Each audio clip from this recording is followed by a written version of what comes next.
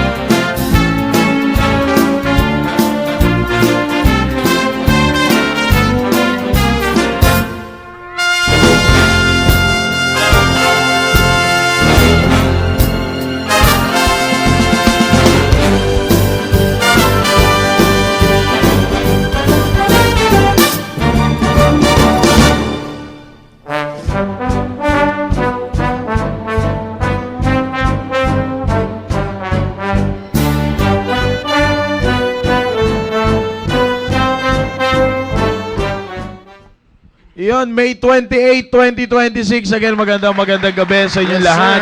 At salamat sa Panginoon na nagkasama-sama tayo. At sabi ko nga for 2 weeks ay na-miss ko tong studio natin. Pero salamat sa Panginoon at nandito tayo ulit. At yung kasama ko, yun na nawala. So, shoutout kay Brother Steven Plumentira kung saan alapaap ka man ngayon, kung saan planeta ka nandoon. Paramdam ka, mabuhay ka, kapatid. Nanonood ko sila sa live. Yung kasi yung iPad ko kasi hindi pinagamit sa akin. May busy kasi. Busy? Ay, may series doon. Tapos si busy. then, shoutout sa lahat ng mga sumusubaybay sa atin ngayon. Ayan na, meron ng mga nandiyan dyan, studio live audience. So, pakita mo nga yung studio live audience. In short, pakita mo yung Southeast family. Wow! Yun! Mambira. De, merong dyan may iba bang area dyan? Taas-taas nga ka, may ibang area? May ibang area? Yuck! Joke lang. Nandiyan dyan si mga full-time nating kasama. Yan. Maraming salamat sa inyo. Yan, kaway-kaway. Mga chosen G's. Yan. At wag lang kayo magagang-sign, bawal. Yan. Of course, maraming salamat sa nandito sa Google Meet. Meron na ba tayo sa Google Meet? Nandiyan na ba sila sa Google Meet? Wala pa? Isa pa lang. Sino yan? Si? Cherry Ann. Yung Def. Yan. Kaso wala pa yung taga-interpret nila dito. Well, anyways, again, magandang gabi sa inyong lahat. At sa lahat ng sumusubaybay sa atin, Facebook at Google Meet, of course, sa ating studio live audience, and then the rest ay alam ko mamaya-maya pa yan papasok. And salamat. Alam nyo, hindi ko lang alam paano siya makontak gusto ko sana siya i-hold dito Pero baka sa this coming Thursday ay ma-hold natin siya dito. Si pangalan nito? Siya. Yan, siya. Nalimutan ko So, kaya sa lahat, sa lahat ng mga Anyways, dito may mga nagbabaligatan naman eh. Pero kasi baka kasi mabigla to mga to pag pinagtatanong ko eh. Kahit sila di nila kilala. Baka kung ano, sagot sa atin ito eh. Oh, kaya anyways, Hindi, kasi gusto ko marinig ng mga young people nating iba yung testimony niya eh. Amen. So, kaya sa susunod na Thursday, James, hindi si Kipid si James Epe. Yan. Asa pa naman? Nakita ko tumayo eh. Kaya ganun na naman yan. James Epe, hindi ko kasi alam yung Facebook mo eh, kaya hindi ko alam paano ka i-message. Pero kung naririnig mo to, next Thursday, pwede ka namin maging guest, and I know your testimony will be an encouragement sa maraming kabataan na Team Focus. Okay? So again, magandang gabi sa inyo lahat. Of course, babatiin ko pa rin yung area ko, Southeast family, the chosen generation are here. And of course, sa aking mahal na asawa, Mami Shobe, si Baby LG nandito. Yan, at sa lahat pa ng sumusubaybay sa atin ngayon, magandang gabi sa inyo lahat. Sir Dominic. Amen, amen. Magandang gabi ulit, Team Focus, and magandang gabi rin sa mga nanonood sa mga manonood pa lang at mag-join sa Google Meet. And of course, mga young people na nandito, Chosen Generation, magandang gabi sa inyo. And sinashoutout ko rin pala mga sinendang ko ng link, Trixie, John Debs, I hope you're watching. And kay Mami, shoutout sa'yo. Yan lang po, maraming salamat. Amen. So again, shoutout sa lahat ng sumusubaybay. Tuloy-tuloy tayo. Ano na ba to, Sir Dom? Last na to, di ba? Pang-pito pa lang to, sir. Kung bibilangin nyo yung kasama last week, dalawa. Yung second quarter is May, June, July. Yes. Yan. May, June, July pala. Hindi. April, May, June. April, May, June. Yes. So may isang buwan ba tayo sa Yes, topic sir. na to? Yan. So may isang buwan ba tayo sa topic na to, Team Focus. So you should not miss this topic. Digital silence, hearing God above the noise. Nung nakaraang Thursday, ay of course, tinake over namin ni Sir Steven for 2 weeks yung episode. At narinig nyo naman, nagbalita kami patungkol sa nangyaring balikatan. And by the way, pakilipat nga ulit sa sa ating mga studio live audience. Gusto ko lang makita nila kung sino yung mga nagbalikatan dito. Yan, yung mga kalbo. Yung mga kalbo na yan. tayo nga lahat na nagbalikatan. Hindi, zoom out mo lang. Zoom out mo lang. Yan. Zoom out lang. Tayo nga lahat na nagbalikatan, tayo nga, pati babae, lalaki, sige. Wow. Tayo, wow, yan ang mga nagbalik. Upo yung mga lalaki, upo. Yan, para makita yung mga babae, yan. Sila yung mga nagbalikatan. Okay, sige, thank you. At palakpakan natin sila. Yan. Amen. Yan. At sabi ko nga, ang goal ko, Sir Dominic, sabi ko sa kanila kanina, ang goal ko, dapat next year lahat sila makapagbalikatan. Ulit. Ulit. Amen. Yan. Dapat ang hindi lang makakapagbalikatan dito yung full-time. Si Angela at saka si Blessy. Saan? Hindi ka makita. Yan. Si Blessy. Mukha kang pedestrian. Aray ko. Yan. Huwag na, makakausap tayong bully dito sa live. Anyways, so yun na nga. At sa lahat ng mga nandito pa, yan. I am praying na lahat sila makapagbalikatan next. Pag-pray ko yan, nakita ko yung suportang tunay ng Southeast family.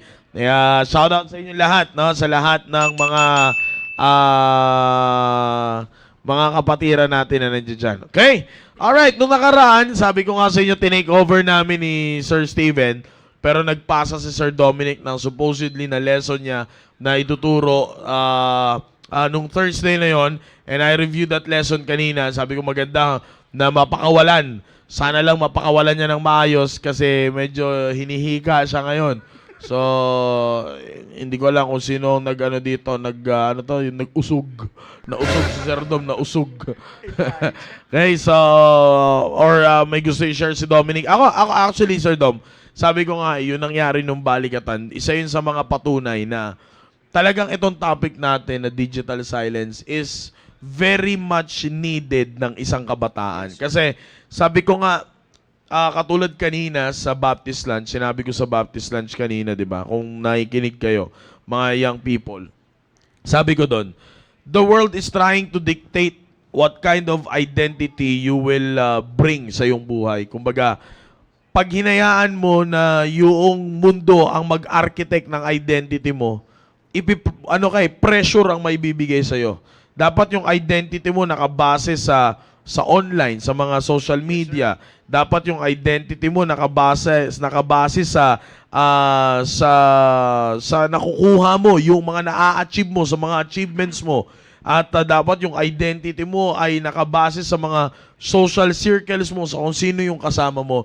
So, that's how the world is dictating young people, especially to focus on one age ng young people, mainly the teen focus age, which are the teenagers and the young adults.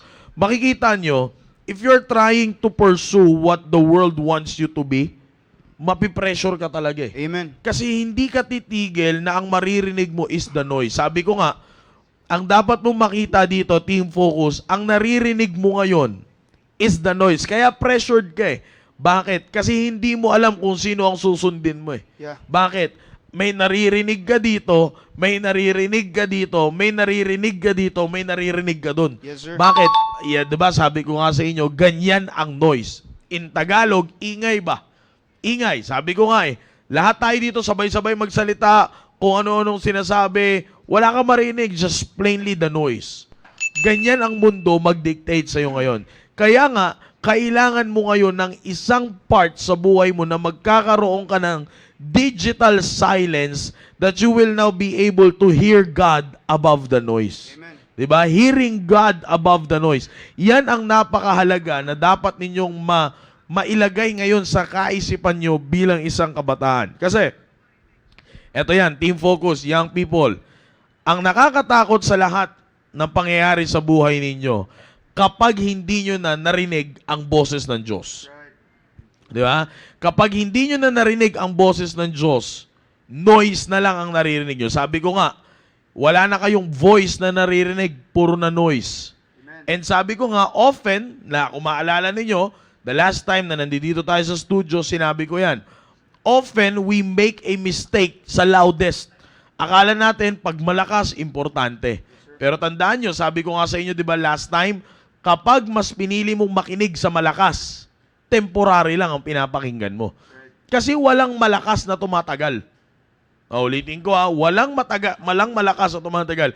Even sa speaker, meron yung tinatawag na equalizer. Actually, pag gumamit ka noong online broadcasting system na tinatawag natin, pag tiningnan mo yan, may kita mo dyan, may mga filter cam may mga filter ka dyan na pwede mong ilagay sa microphone mo.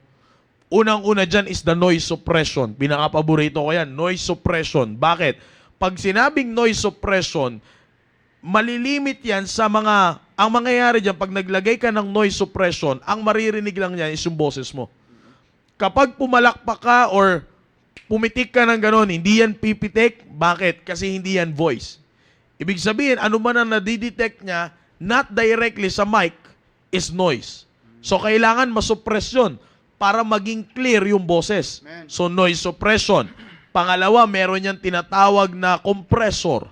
Compressor is very important pagdating sa ganyan. Yung threshold, yung labas, yung decibels, lahat yan titimplahin mo. Ang pinakagusto ko dyan is the noise suppression and yung tinatawag nating limiter. Pag sinabi nating limiter, ito yung isang uri ng filter na kung saan hindi niya hahayaang sumagad ka. Bakit? Kasi kapag sobrang lakas, maaaring may masira sa'yo. Maaaring masira yung, ano nga tawag doon, Sir Romer? Twitter. Maaaring masira yung Twitter, na kapag nasira yung Twitter, kung mapapansin nyo, yung labas ng boses namin dito sa speaker is buo. Yan yung nagpapabuo. Pag nasira yan yung Twitter kasi yan yung parang naghahawak ng treble, ng bass. Siya yung parang nagbabalanse sa lahat. Na kapag yan ay nasira, ang maririnig mo na lang dyan, para kang may sipon na nagsasalita. Hindi mo na maintindihan. Kumbaga, sabi nga natin, sa salitang kolokyal, ngongo na yung labas ng boses. Bakit? Kasi ang pangit ng pakinggan, wala na yung buo, wala na yung tinis. Kumbaga, in short, yung clarity nawawala. At pag sinabi natin clarity, yung kalinawan nawawala. Ngayon, kung naintindihan nyo yung pinopoint out ko, team focus, ganyan ang ginagawa ng mundo ngayon sa inyo. Lahat yun tinatanggal niya. Tinatanggal niya yung mga filters na kung saan hindi nyo dapat makita. Yung mga filters na yon, Para ang mangyayari ngayon, puro malakas lang ang maririnig nyo. Maging malakas siya sa inyo. At sabi ko nga, akala natin, we make a mistake sometimes na ang malakas, importante. Pag may narinig kang malakas, importante yan. Kaya nga tatangkilikin mo kaagad eh. Tatangkilikin mo siya kaagad. Bakit malakas? Pero tandaan mo, walang malakas na matagal. Kaya kapag nakinig ka sa lakas ng ingay ng mundo na ito, hindi ka tatagal. Bakit? It's because of the reason, yung lakas, dalawa ang pangyayaring makikita mo dyan. Una, hindi yan tatagal. Pangalawa, nakakasira yan. Sabi ko nga, pag itong speaker, sinagad mo, maaaring maganda, malakas siya pakinggan, maganda siya pakinggan, malinaw pakinggan kasi malakas. Pero sooner or later, pag nasira ang Twitter dahil sa sobrang lakas, wala nang kwenta at mas lalo kang walang maintindihan. Ganon din yan sa atin. Sa inyo teenagers, sa inyo mga kabataan, dapat yung makita yung mga filters na yon. Dapat yung makita yung noise suppression. Dapat magkaroon kayo ng noise suppression sa buhay nyo. Kaya nga sabi ko sa inyo, you should hear God above the noise. Pakinggan mo ang Diyos sa kabila ng ingay, sikapin mo na ang maririnig mo ay Diyos. Diyos, pag hindi mo narinig ang Diyos above the noise at mas nangibabaw ang noise kaysa sa voice ng Diyos, delikado ka. Tandaan nyo, eto yan, team focus, makinig kayo ng maigi. Laging mas malakas ang noise sa lahat ng bagay. Pero tandaan nyo, clarity will always be found in voice. There's no clarity in noise. Wala kang kalinawan na makikita sa noise. Sabi ko nga, noise is loudest above all. Pag nag-ingay ka, malakas yan. Kapag pumalo ka ng malakas. Kung pagdating sa lakas, walang tatalo sa noise. Pero pagdating sa clarity, walang tatalo sa voice. Kaya tingnan nyo dito si Elijah. Earthquake, fire, wind, lahat yon narinig niya. Pero hindi niya maintindihan bakit wala doon ang Diyos. Diba? Saan niya naintindihan? Sa voice, not sa noise. Bakit? Anong naidulot ng earthquake? Noise. Anong naidulot ng fire? Noise. Anong naidulot ng wind? Noise. Anong naidulot ng still small voice? Voice. 'Di ba? Kaya nga makikita nyo, mas ngayon naintindihan ni Elijah at muling nag-flashback kay Elijah, oo nga no, bakit ako magtatago? Kaya nga ang tanong sa kanya ng Panginoon, 'di ba? Ang tanong sa kanya ng Diyos, anong ginagawa mo diyan? Ngayon mula dun sa tanong na yun, nanumbalik sa kanya, oo nga, yung tinalo ko, prophets of Baal. Grabe, 400 prophets of Baal yun. Wala akong laban dun kung titingnan. Pero ako yung nagtagumpay. Ngayon, ako magtatago kasi takot akong mamatay. Lahat yun nag-flashback. Muling naalala ni Elijah kung paano siya ginabayan ng Panginoon. Isa lang ang ginawa niya. He hear God above the noise. Mas narinig niya, mas nangibabaw na ang Diyos kaysa sa noise na naririnig niya. Pambira. Ano yung mga noise na naririnig ni Elijah?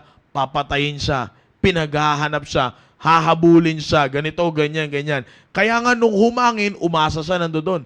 Ang hindi niya alam, lahat yon ay nag-produce lang ng noise. But there's no voice on it. Yan ang pinakamaganda. Alam nyo, team focus, sa mundo na kinabibilangan nyo ngayon, this world is full of noise. Ingay. Kaya nga pressured kayo eh. Kasi naiingayan kayo. Litong-lito kayo. Susunod kayo dito. Susunod ba ako dito? Hindi, ito na lang sundin ko. Teka lang, ano ba yung sinasabi ng kabila? Susundin ko na rin yun. Oh, di ba? Bakit? Puro na noise. Puro na noise. Nadadala na kayo ng noise. Pero kapag pinakinggan mo yung voice ng Diyos above the noise, if you hear God above the noise, mas mapapangunahan ka ngayon ng preaching ng ating mahal na pastor kagabi, which is the Holy Spirit. Kapag napangunahan ka na ng Holy Spirit sa buhay mo, ang lagi mo nang maririnig is just the still small voice. Maaring ituring yan ng mundo na maliit, pero para sa'yo, tandaan mo, malaki ang pwedeng magawa niyan sa'yo. Kasi bakit? Doon muling nanumbalik yung sigla ni Elijah. Doon niya ulit pinarealize sa kanya ng Panginoon. Di mo ba nakita kung anong ginawa ko sa'yo? Ito yung nangyari sa'yo before. Ngayon, kaya ang tanong ko sa'yo, anong ginagawa mo dyan? Balik ka dun Sabi ng Diyos kay Elijah, alam naman ng Diyos na delikado yung pwedeng kahantungan ni Elijah eh. Pero pinabalik siya doon. Bakit? It's because wala nang tatalo again kapag voice ang nanguna sa'yo. Lalo na kung i-relate nyo yun dito sa topic natin, Team Focus. Kayong mga teenagers and young adults, sabi ko nga kanina, lagi kong pinapaalala sa inyo, in the book of Ecclesiastes, Solomon is speaking as a preacher. Maliwanag doon na walang pinagbabawal. Hindi pwedeng magsaya, hindi pwedeng sundin mo. Basta tandaan mo lang, balang araw, haharap ka sa Diyos. Na kung haharap ka sa Diyos, dapat pag humarap ka sa Diyos, masaya ka. Oh, 'di ba? Hindi yung full of regrets. Kaya nga ang una niyang pinapatanggal sa inyo, young people, is what? Sorrow from thine heart. Evil from thy flesh. Bakit? Because your childhood and youth, your childhood and youth are what? Vanity. Lilipas yan eh. So isipin nyo, sa edad nyo ngayon, kung ang papakinggan nyo is just the noise of the world, ngayong 13 ka, ngayong 14 ka, o anumang edad mo, current age mo ngayon, kung magsasayang ka at o magbibigay ka ng oras na pakinggan mo ang noise ng mundo, paano pag 15 ka na? Nung 14, nagsayang ka ng effort, binuhos mo, pinakinggan mo yung noise ng mundo. Paano ngayon kapag 15 years old ka na? Paano ngayon kapag 16 years old ka na? Paano ngayon kapag 20 years old ka na? 21, 22, 23? Paano ngayon kapag darating ka na sa punto na magtatayo ka ng pamilya mo? Kung lahat ng yun ang pinakinggan mo is the noise of the world. Sayang, di ba? Hindi mo narinig yung still small voice. Pero again, tandaan nyo, sabi ko nga, you have to put in yourself the character of listening to God above the noise. Sir Dominic. Amen. Magandang gabi ulit, Team Focus. Sir Maki, thank you po. Alam niyo, Team Focus, ang ganda nung pinag-uusapan natin. Digital silence. And by the way, bago pala magpatuloy, no, shoutout ulit sa mga graduate sa Balikatan. And alam nyo ba na saktong-sakto, dapat hindi kayo, kasi nasanay na kayo sa training. Kahit 5 days lang yun, actually bitin talaga yun. Pero kahit papaano, nasanay na kayo sa training. And I was thinking earlier kung ano yung pwede kong i-share ngayong gabi. And I was reading the verse na, yung ating verse. And sabi dun sa verse 12, sa 1 Kings chapter 19, verse 12, yung after the fire, a still small voice. Tapos tuloy nyo sa verse 13, and it was so when Elijah heard it. Okay? Elijah heard it. After niyang marinig, anong ginawa niya? Tumayo siya, tinanggal niya, may taklob siya. Of course, takot pa rin siya makita. So may taklob siya, lumabas siya sa may cave. Tapos hinanap niya yung voice. So, bakit ko po binabanggit yan? I was thinking, kung nasanay kayo sa training Team Focus, kayo lalo na yung mga nagbaligatan, ang maganda nating, lalo pinag-uusapan natin ngayon, digital silence, ang maganda nating i-train sa ating sarili, train your ears. Train your ears, Team Focus. And total binigay na sa akin ni Sir Maki. Gusto kong basahin yung verse sa sikat na verse na to, paulit-ulit nang nababanggit sa church. John chapter 10. John chapter 10 verse 27. Ang sabi sa John chapter 10 verse 27, my sheep hear my voice. At ang nagsasalita, by the way, Team Focus, ang nagsasalita dyan si Jesus. Ang sabi dyan ni Jesus, my sheep hear my voice and I know them and they follow me. Napakaganda niyan, Team Focus. Digital silence. Diba? Hearing God above the noise. Sa dinami-dami ng naririnig natin sa social media, sa bahay, sa school, wherever it is, mas maganda pa rin na makikinig tayo sa boses ng Diyos. Sabi nga doon, my sheep hear my voice. For the past few weeks, Team Focus, pinag-uusapan na natin kung gaano kaingay sa labas. Yan nga, distractions, yung distraction yung kung paano ka dinidistract papalayo. Okay, tinatanggal yung attention natin. Yung silence, yung kung paano tayo mag-slow down para makinig. Lalo na yung share sa atin ni Sir Maki last week, napakaganda nun, Team Focus. Kung dyan sa training mo ay walang progress, edi anong ginagawa mo sa training mo? You're doing nothing. Ibig sabihin, hindi ka nakikinig. You're not listening to God. So ano yung madalas? Ano ba yung madalas sa tanong ng maraming young people? Paano ko malalaman, 'di ba, yung maraming mga kabataan, ang tanong ng mga kabataan, paano ko malalaman kung ang Diyos ay kinakausap ako? Mm. What does his voice sound like? 'Di ba? Yan ang mga tanong ng mga kabataan. Or what if masyado lang ako nag-iisip? 'Di ba? Maraming ganyan na mga iniisip ng kabataan, baka mamaya kulang lang ako sa tulog kaya akala ko boses ng Diyos 'yun. Okay, 'di ba? Maraming ganyan na kabataan eh. Hearing God is not usually instant in focus. It's something your heart learns over time. Ulitin ko team focus. 'Di ba? Naalala ko yung kaya ako sinulat yung kasi sinabi ni pastor kagabi.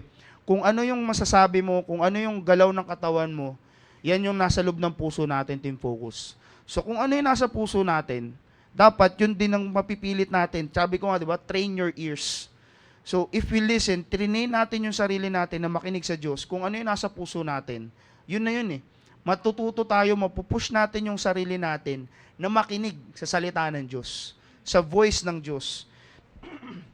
Kasi aminin man natin sa hindi, we still listen to what the world says.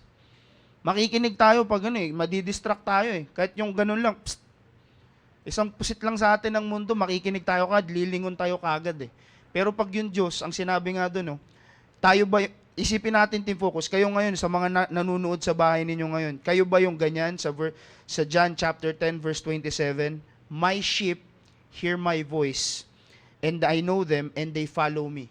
Pag narinig ba natin, tayo ba yung sheep na sinasabi, di ba marami sa atin dito, pag tinanong tayo, ligtas ba kayo, tiyak nyo ba na 100% pupunta kayo sa langit? Yes, sagutin nyo, yes. Pero ang tanong, if you are the sheep of God, okay, ikaw ba ay nakikinig sa Kanya? Ikaw ba ay sumusunod sa Kanya? Kasi marami sa atin team focus, tandaan nyo, sige, balik tayo doon sa verse, okay, isa-isahin natin. My sheep hear my voice. Okay, hindi sinabi ng Diyos, a stranger, okay, hear my voice. Or a random person, hear my voice. No. Sabi ng Bible, sabi ni Kristo, sabi ni Jesus, my sheep. Okay? So, iniintindihan nyo, merong relationship doon, team focus. Okay? Paano nagkaroon ng relationship? Kasi, paano nagkaroon ng relationship? It is important, tandaan nyo, team focus, it is important para sa isang tao na ma-recognize mo ang isang boses ng tao dahil familiar ka sa boses ng tao na yun. O, diba? Kahit nga magulang mo eh. O kaya tatay mo, o kaya nanay mo, tulog kang umaga, nagising ka ng tanghali, kailangan ka pang sigawan. Di ba? Hindi mo na kailangan, sino yung tumatawag sa akin? Hindi. Pag narinig mo na yung pangalan mo, Dominic! Bangon ka agad. Bakit? Kilala mo ka agad kung sino yung sumigaw eh. Naintindihan nyo yung team focus? Kahit kayo mga nanonood sa bahay ngayon, kilala nyo kung sino yung tumawag sa inyo. Bakit? Familiar kayo. You spend time with them. Diba sabi ko nga, train your ears. Paano nyo matitrain your ear? Paano nyo matitrain yung inyong mga tenga? Spend time with God. Diba? Marami sa atin eh. The more time you spend time with someone, the easier it becomes to recognize how they speak. Kahit malumanay pa yung boses, tawagin yung pangalan mo, Dominic. Po, kilala mo kagad. Kilala mo kagad yung boses ng taong yun. Bakit? You spend time with them. Paano pa kaya pag ang Diyos tinawag ka? Tapos sabihin mo, sino yun? Lah, baliw. Gaganunin mo ang Diyos? Baka mamaya kidlatan ka. Pero I'm just saying, team focus, di ba? Magaganon mo kaya ang Diyos. Kaya natin nagagawa yun. It's because we did not spend time with God. It is the same with God. If you only hear God from God once in a while or once in a week, everything feels confusing. Maraming ganyan na kabataan ngayon. O hindi sila nakikinig ng Staying Alive, hindi sila nakikinig ng The Baptist Lunch. Alam nyo ba, Team Focus, napakapalad nyo ngayon na nanonood ng Staying Alive. Kasi almost every day, walang tigil na programa ang simbahan natin para sa inyo. So every day, in other words, every day, pwede nyong i-spend yung time ninyo para magkaroon kayo ng oras na kilalanin ang Diyos. O, diba? Sakto yung pinag-uusapan na, yung theme ng church natin eh.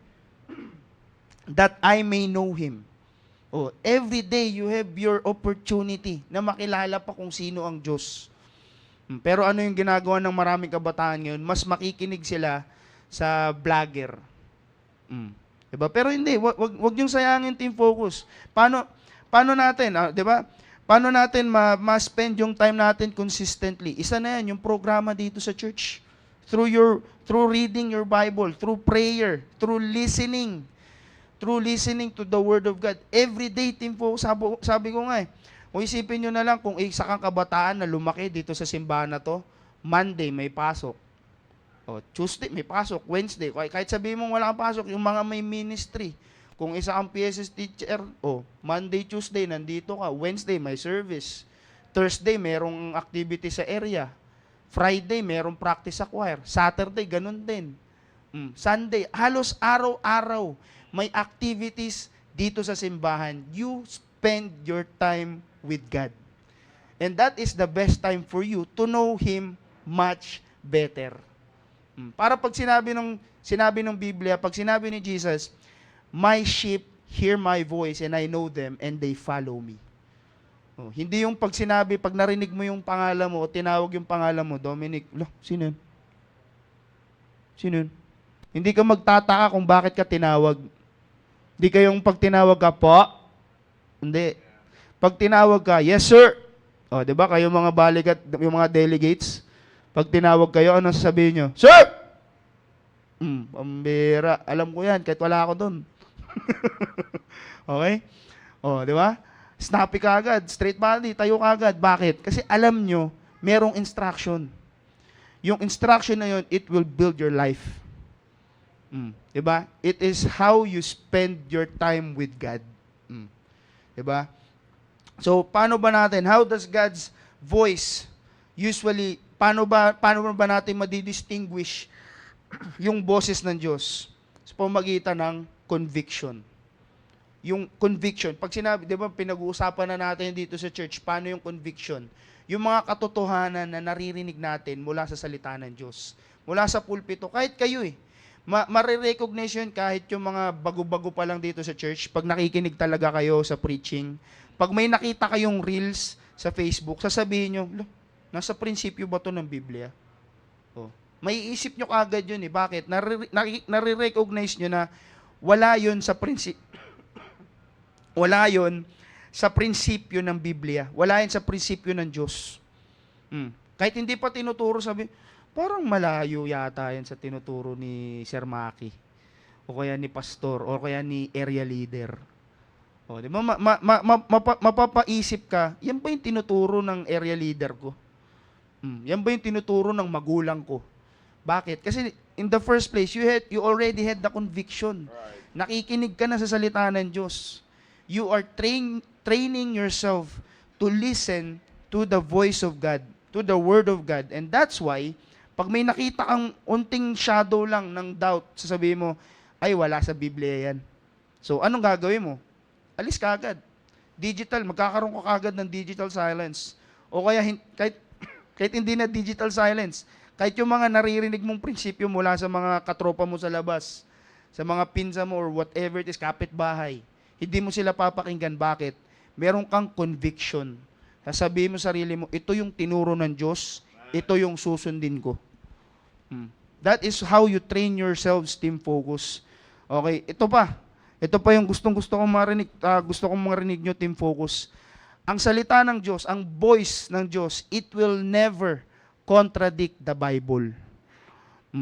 Nakarinig kayo na tinuruan kayo ng magulang ninyo, magtataka ba kayo, tinuruan kayo, pinangaralan kayo ng magulang ninyo, excuse me, maririnig kayo na pangaralan kayo ng magulang ninyo, sasabihin ninyo, susundin ko yun. Bakit? Sabi ng Biblia, children, obey your parents. Kahit sabihin nyo na, wala namang sinabing gano'n ang Bible specifically, pero they are not contradicting the Word of God. Diba? Bakit? The voice of God will never contradict the Bible. Isipin nyo yun, team focus. If something leads you away from the truth, okay, that's not God telling you. Okay, isipin nyo yan, team focus. Pag merong isang bagay na nagtatanim ng doubt sa inyo, naglalagay ng doubt sa inyo, sasabihin nyo, pwede pala to. Pwede pala tong ganto. Pag naglalagay ng doubt ng ganyang in a negative pag kalokohan yung sinasabi ko, Team Focus pag merong naglalagay ng doubt ng ganyan sa utak ninyo, tandaan nyo, hindi galing sa Diyos yan. That's not the voice of God. Pag sinabi ng okay lang yan, magulang mo lang naman yan, hindi ka naman iiwanan ng magulang mo. Mahal ka ng magulang mo, Brad. Sasabihin mo, okay lang yan, dito ka lang sa amin. Hindi ka uwihin sa mga magulang mo. Pag uwi mo, sangkatutak na sampal sa nanay mong natanggap mo ngayon. Diba? Pero I'm just saying, Team Focus, if someone is putting doubts in your mind, tas ilalayo ka sa katotohanan, ilalayo ka sa salita ng Diyos, tandaan nyo, hindi yan ang voice ng Diyos. Okay? Ito, personal testimony, Team Focus. Nagkaroon ng panahon sa buhay ko na I was too distracted. Distracted, okay? Nawala yung attention ko. I was too noisy inside. Masyadong maingay sa isip ko. Bakit? Kasi nakikinig ako sa labas Kikinig ako sa mga tropa ko sa labas. Nakikinig ako kung kani-kanino. Okay? Busy listening to other voices. Pero sometimes, loud voices in our lives, ano yung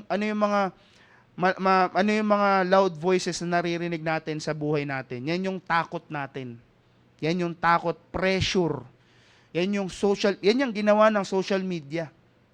Yun. Yung opinion ng ibang tao. Yan lang talaga yung talagang ingay na naririnig natin sa utak natin. Yung takot natin, yung pressure, social media, yung opinion ng ibang tao. But when the voice of God when the voices becomes louder than God's truth, confusion follows. Tandaan nyo yan, Team Focus. Tandaan nyo yan. Pag ang takot natin, yung pressure na nararamdaman natin, tapos kung yung social media, tapos yung opinion ng ibang tao, mas malakas na sa boses ng Diyos, ang nangyayari na sa atin, confused na. Naku-confuse na tayo. At ganyan ang nangyari sa akin noon, Team Focus. Anong ginawa ko? Trinain ko ulit yung boses ko na makinig doon sa voice ng Diyos. So anong dapat natin gawin natin? Ganun. Pilitin natin. Train your ears. Train yourselves. Train your ears. Lalo na kayo mga nagbaligatan. Sanay na kayo Kahit 5 days lang yun, alam ko kahit paano, natuto na kayo kung paano mag-train ng sarili ninyo. Train yourselves to listen. Train yourselves to hear, to distinguish the voice of God. Kaya yan po, Sir Maki. Yan po. Alam nyo, Team Focus, sa lahat ng gusto namin i-point out dito is this. Simple lang, Team Focus. You should always try to put yourself in a situation na talaga ang naririnig nyo boses ng Diyos. Kasi ito yan, Team Focus. Kapag hindi boses ng Diyos ang naririnig nyo sa buhay ninyo, by the way, maybe pumasok kayo sa pilosopong pagkakataon na, aantayin ko na tawagin yung pangalan ko. May maririnig ako na katulad ni Elijah na still small voice. Maybe para lang sa kaalaman ng lahat, na lahat ng mga young people na nanonood ngayon. Wala na tayong ganyan. Sa panahon ni Elijah, directly wala na tayong naririnig. Pero tandaan nyo, nasa atin ang final revelation ng Diyos, which is His Word. Word of God.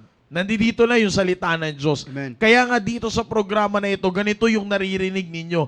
And maybe it sounds like boring sa inyo. Bakit? Kasi katulad ni Elijah, tinan mo, anong inaasahan niya? Kasi para sa kanya, yung still small voice, boring yun. Sino ba mag-aakala sa kakatapos niyang victory? Saan nagpakita ang Diyos sa 400 prophets of Baal? Sa pamamagitan ng fire. 'Di ba? Doon nagpapakita, alam ni Elijah kung paano back in the day of Moses, alam din ni Elijah na sa pamamagitan ng wind, nagpakita rin ng Diyos. Sa pamamagitan ng earthquake, nagpakita ang Diyos. Alam ni Elijah yan, kaya nga doon siya umasa sa mga ganong klaseng pangyayari. Because never naiisipin ni Elijah na i-reveal ng Diyos ang kanyang sarili in a still small voice. Bakit? For Elijah, parang boring naman ata kung doon ko maririnig. Pero tingnan ninyo, ano ang nagpatayo kay Elijah? Ano yung nagpaalala? Ito yung gusto kong paratingin sa inyo, Team Focus. Ano yung nagpaalala ng purpose ng buhay ni Elijah? Yung still small voice. Diba? Hindi yung earthquake, hindi yung fire, hindi yung wind. Yung still small voice, yun ang nagpatayo sa kanya at nag-remind kung bakit siya buhay. Nag-remind ng purpose niya sa buhay niya. Ganon din, tinan nyo, Team Focus. Sa inyo, boring yung ganito. Boring na magbukas ka ng Bible, boring na magbasa ka ng Bible. Kasi dito na nagpapakilala ang Diyos sa pamamagitan ng kanyang salita. Na kapag hindi mo pa ito pinansin, mind you, marami ng kabataan ang gumawa ng ganyan. They have ministries, they have ministries, they have ministries. Dami. Oh, ang dami nilang ministry, dito na sila lumaki, matagal na sila dito sa church, but sadly, okay? Sadly, makikita mo, wala pa rin nangyari sa buhay nila. Bakit? It's because of the reason, sa kanila, boring ang still small voice. Pero alam nyo ba, ito yan, Team Focus. Ito yung gusto ko talagang bitawan sa inyo panghuli sa gabi na ito.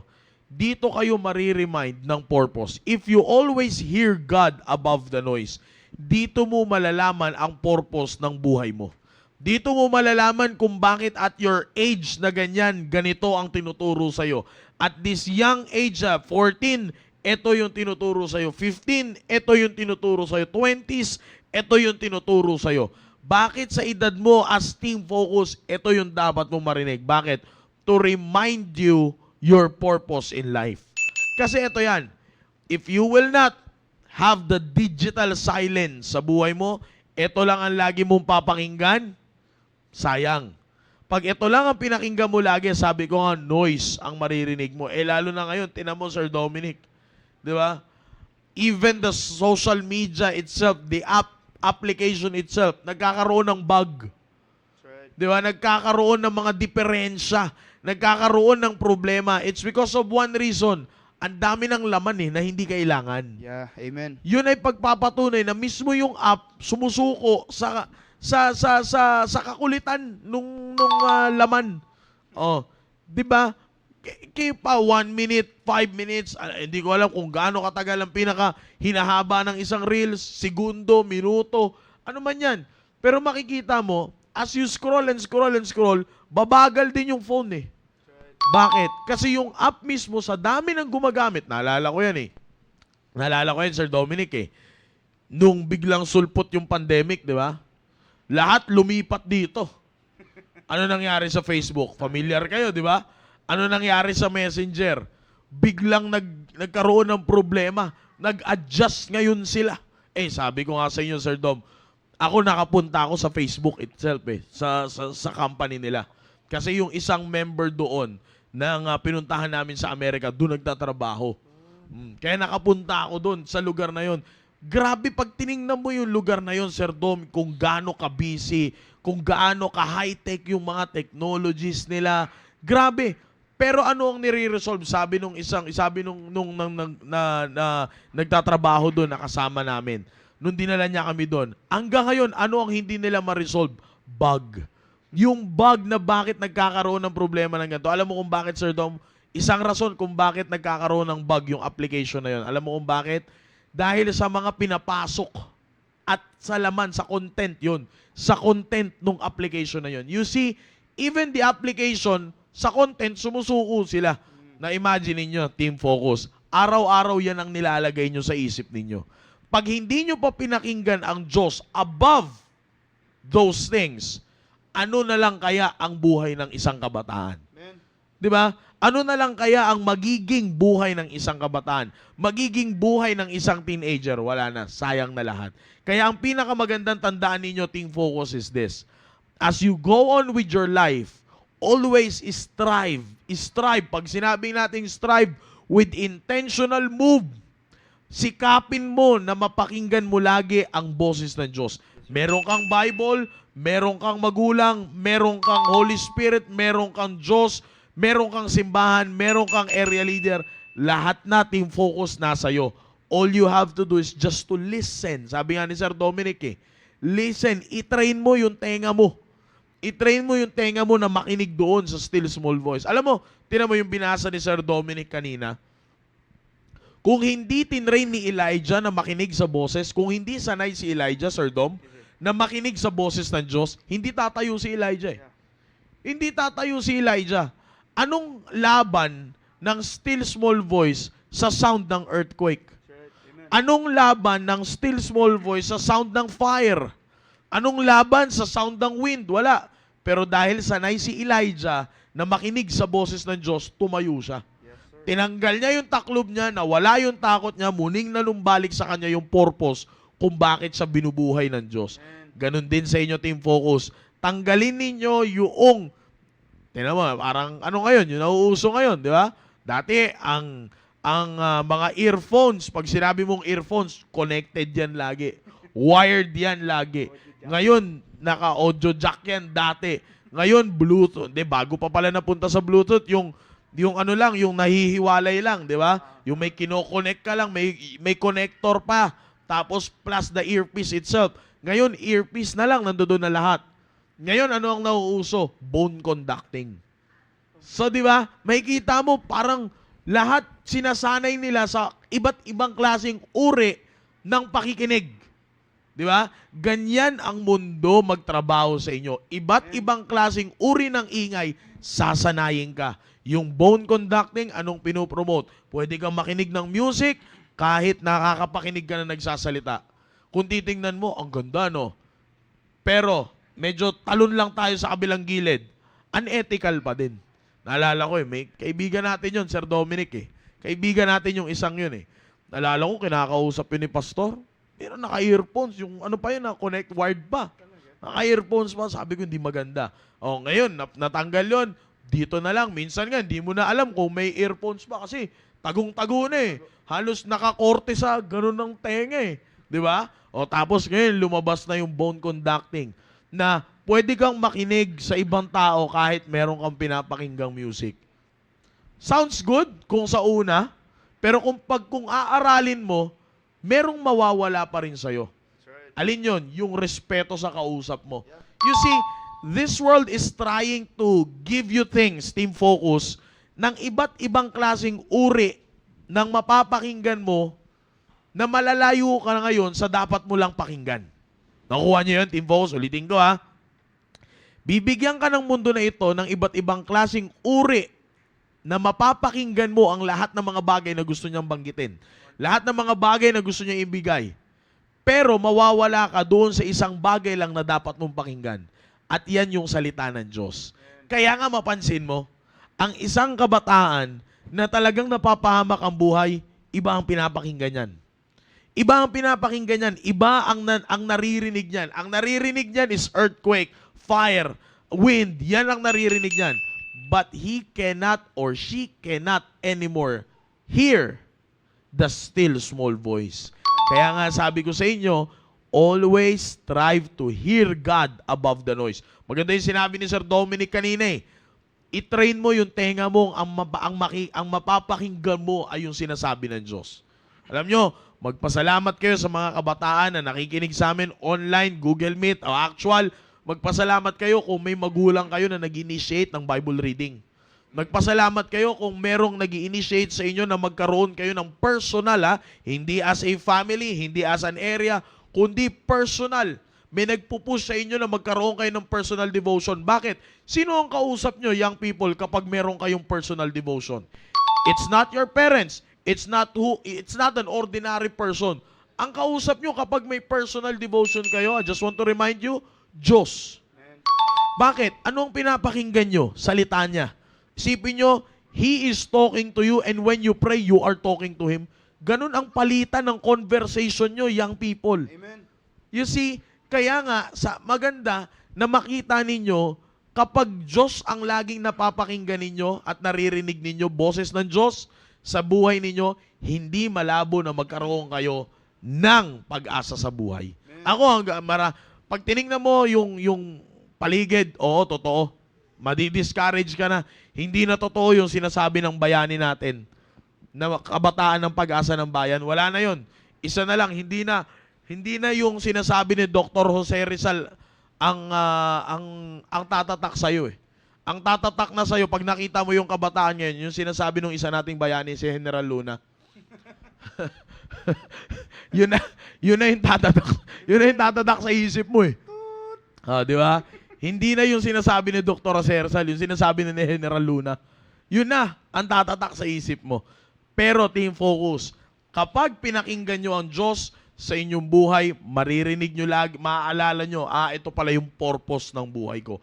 And as the days goes by, habang naririnig mo ang boses ng Diyos, mariremind ka sa purpose mo, di malayo na maayos ang buhay mo. That's how simple it is. Alright? So I hope we've been a blessing sa inyo, Team Focus. Sa lahat ng mga sumubaybay sa atin sa Google Meet. Sino itong mga nasa Google Meet? Ma'am Sharon, sino to? Sino itong mga nasa Google Meet natin? Si Arian Joy, si James, si Ian, si Mary, si Brian, at sino to? Sila Chanel, yan. Sila Chanel at ganun din si Rolando. Yan, Rolando, off-cam ka na lang. Joke lang. Ngiti ka muna. Ngiti muna, isang ngiti muna. Iyon, yan sinasabi ko kay Rolando eh. Yan, gusto. Isa pang ngiti. Yan. Ako natutuwa ako dito kay Rolando eh. Sobrang jolly na itong tao na to eh. Yan. Alright, so thank you very much for being with us. Pag pinakain mo ng french fries to si Rolando, sip-sip, hindi kagat.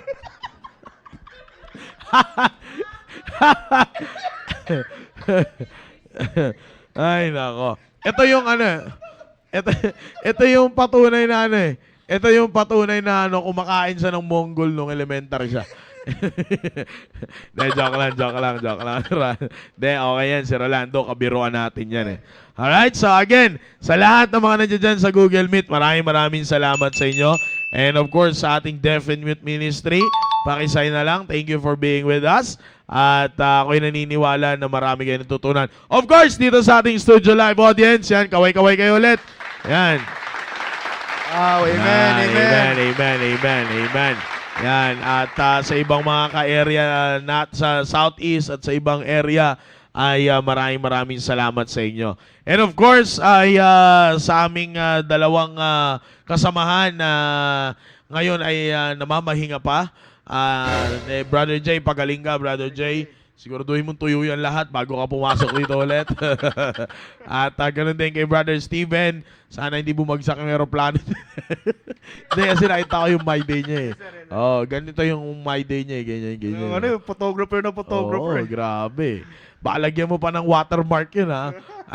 Yan, shoutout sa inyong dalawa and I hope na magkasama-sama tayo ulit dito sa ating programa. Okay? So again, maraming salamat po sa lahat na sumubaybay sa atin. Ganon din sa online. Maraming salamat sa inyong lahat.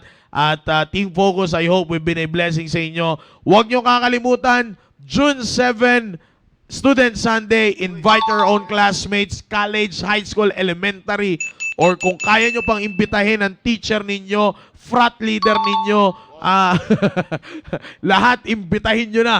Okay? At maganda yan dahil masusundan yan ng June 12 Youth Revival.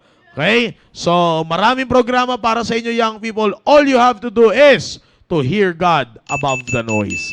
Okay? So, in behalf of our pastor, who is the executive producer, the director of the program, Team Focus Staying Alive, ako po si Brother Maki along with Sir Dominic. At sa mga technicals natin na nandiyan dyan, Sir Vince, Sir Rumir, Sir John, at ganun din kay Mami Shawi. Yan, maraming salamat sa inyong lahat, sa lahat ng sumubaybay, and we will see you on the next episode of your favorite evening program every Thursday. This is Team Focus, Staying Alive. God bless you all. To God be the glory. Peace. Well, I feel good. Well, I feel good. Oh, yes, my Lord. Because there's something about the Spirit of Jesus that makes me feel good. Well, I can love. Well, I can love. Oh, yes, my Lord. Because there's something about the Spirit of Jesus that makes me love good, good, good. Yeah, Well, I've got joy, joy, joy. Well, I've got joy down in my soul because there's something about the Spirit of Jesus that gives me such joy, joy, joy, joy. Well, I can sing, sing, sing. Well, I can sing, oh yes, my Lord. Because there's Something about the Spirit of Jesus that makes me sing good, good, good, good. Well, I can serve, serve, serve. I can serve, oh yes, my Lord. Because there's something about the Spirit of Jesus that makes me serve good, good, good. Wait a minute. Do you feel good? Good, good. Do you feel good? Then clap your hands because there's something about the Spirit. Well, I feel good, good, good. Well, I feel good. Oh, yes, my Lord. Because there's something about the Spirit of Jesus that makes me feel good, good, good, good.